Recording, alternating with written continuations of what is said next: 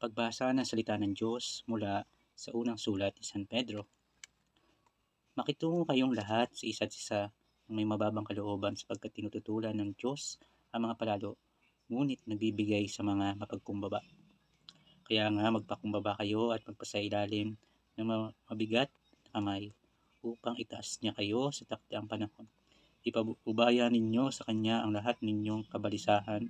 Siya nga ang nagmamalasakit sa inyo. Nagpigil kayo sa sarili at maglamay sapagkat aali-aligid ang mga dyablo na inyong kaaway. At gaya siya ng umaatungal na leyong humahanap ng masisila. Labanan niyo siya ng matatag sa pananampalataya. Alam ninyo na dumaranas din ng gayong kahirapan ang mga kapatid ninyo sa buong sanlibutan. Tinawag ng Diyos ang bukal ng kahit anong kaloob upang maibahagi kay Kristo ang walang hanggang kaluwalhatian.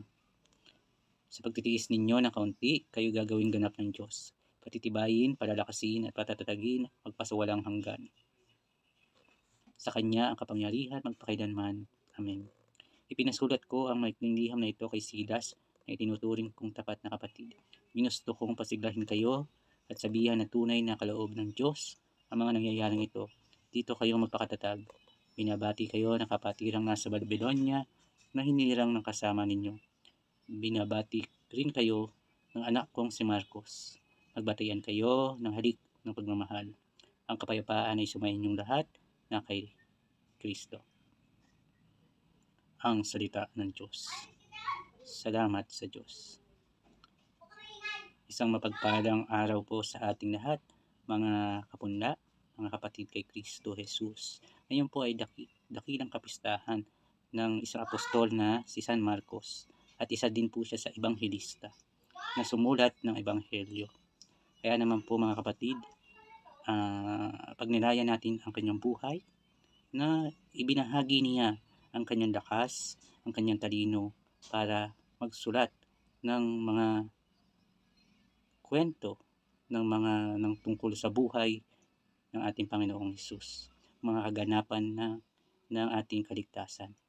Kaya tayo ngayon nagdiriwang ng kanyang kapistahan at nagbibigay tayo sa kanya ng pag-ibig na walang halong kapalaluhan at tayo din ay sinusugo ng ating Panginoon upang magbahagi ng ebanghelyo ng mabuting balita sa lahat ng nilikha ng Diyos. Lalo't higit sa ating mga Pilipino na halos lahat ay Kristiyano. Naway ipanalangin natin ang bawat misyonero na nagtatrabaho o gumagawa ng kanilang kakayanan upang ibahagi ang pagmamahal ng Diyos sa ating lahat. Amen. Ama namin, sumasalangit ka, sambahin ang ngalan mo, mapasa amin ang karyan mo, sundin ang loob mo dito sa lupa para nang sa langit. Bigyan mo kami ng aming kakanin sa araw-araw, patawarin mo kami sa aming mga sala para nang papatawad namin sa nagkakasala sa amin at huwag mo kami pantulot sa tukso at igyan mo kami sa lahat ng sama.